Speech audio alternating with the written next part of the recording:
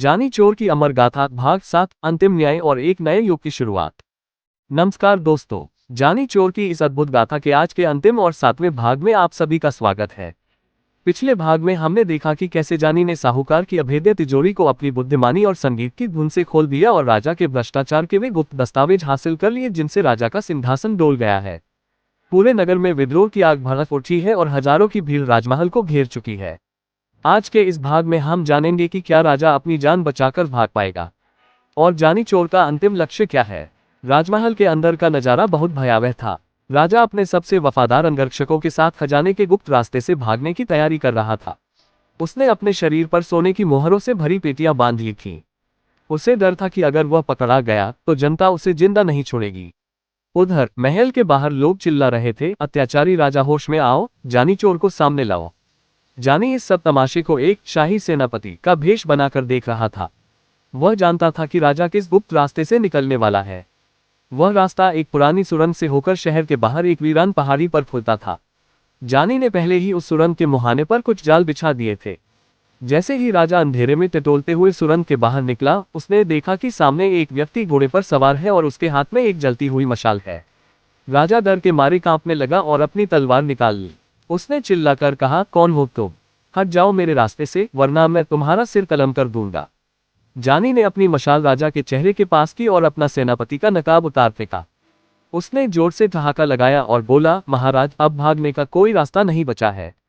ये वही जानी चोर है जिसे आपने पकड़ने के लिए अपनी पूरी ताकत लगा दी थी। आज आपकी तलवार और आपकी सेना भी आपके काम नहीं आएगी। राजा ने लालच देने की कोशिश की, जानी, मुझे जाने दो। ये सारा सोना तुम्हारा है, मैं तुम्हें अपना आधा राज्य दे दूंगा, बस मेरी जान बख्श दो। जानी ने नफरत से राजा की ओर देखा और कहा, महाराज, ये सोना मेरा नहीं, उन गरीब किसानों का है जिनका आपने खून चूसा है। राज्य देना आपका काम नहीं, अब जनता खुद अपना फैसला करेगी। तभी जानी ने एक सीटी बजाई और देखते ही देखते सैकड़ों मशालें पहाड़ी के चारों ओर जल उठी। वहां नगर के वे सभी लोग मौजूद थे जिन्हें राजा ने सताया था। राजा को समझ आ गया कि अब उसका अंत करीब है। जानी ने राजा को रस्सी से बांध दिया और उसे वापस नगर के चौक पर ले आया। सुबह की पहली किरण के साथ नगर के बीचों बीच एक बड़ी सभा बुलाई गई। जानी ने वे सभी दस्तावेज और खजाना लोगों के सामने रख दिया। उसने साबित कर दिया कि राजा ने पड़ोसी राज्यों के साथ मिलकर अपने ही देश को बेचने की साजिश रची थी। जनता ने एक स्वर में मांग की कि राजा को कठोर से कठोर दंड दिया जाए। जानी ने सबका ध्यान अपनी ओर खींचते हुए कहा, भाइयों और बहनों, मेरा काम चोरी करना नहीं बल्कि सोए हुए न्याय को जगाना था। आज राजा अपने कर्मों की सजा पा चुका है। अब इस राज्य को चलाने के लिए किसी चोर या किसी अत्याचारी की जरूरत नहीं, बल्कि एक न्यायप्रिय परिषद की जरूरत है जो सबकी भलाई सोचे। जानी ने राजा को जेल में डलवा दिया और सारा खजाना जनता के कल्याण के लिए समर्पित कर दिया। लोगों ने जानी को राजा बनने का प्रस्ताव दिया, लेकिन जानी ने विनम्रता से मना कर दिया। उसने कहा, मैं एक आजाद परिंदा हूँ। मेरा काम अन्याय के खिलाफ लड़ना है, सिंहासन पर बैठना नहीं। जब भी इस राज्य पर कोई संकट आएगा या कोई नया अत्याचारी पैदा होगा, जानी चोर फिर से वापस आएगा। जानी ने अपना एकतारा उठाया और एक सुरीली रागनी गाते हुए धीरे धीरे शहर की सीमाओं से बाहर निकल गया। लोग उसे तब तक देखते रहे जब तक वह आंखों से ओझल नहीं हो गया। उस दिन के बाद उस राज्य में कभी कोई दुखी नहीं रहा। हर साल वहां जानी चोर उत्सव मनाया जाने लगा, जो इस बात की याद दिलाता था कि बुद्धि और सच्चाई के सामने बड़े से बड़ा बल भी छोटा पड़ जाता है।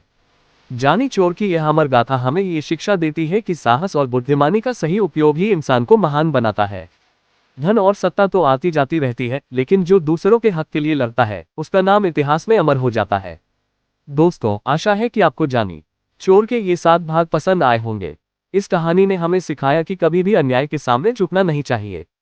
जानी चोर की ऐसी ही और भी बहुत सी कहानियां प्रचलित हैं, जिन्हें हम फिर कभी सुनेंगे। तब तक के लिए आप सभी का बहुत बहुत धन्यवाद। सत्य की हमेशा जय होती आई है, अब भी होती है, आगे भी होती रहेगी। हर हर महादेव, जय महाकाल। ये था इस कहानी का अंतिम भाग। अगर आपको कहानी पसंद आई हो तो हमें लाइक करें। ऐसी ही मजेदार कहानी देखने के लिए हमें फॉलो करें। कमेंट में जय महाकाल जरूर लिखें। धन्यवाद।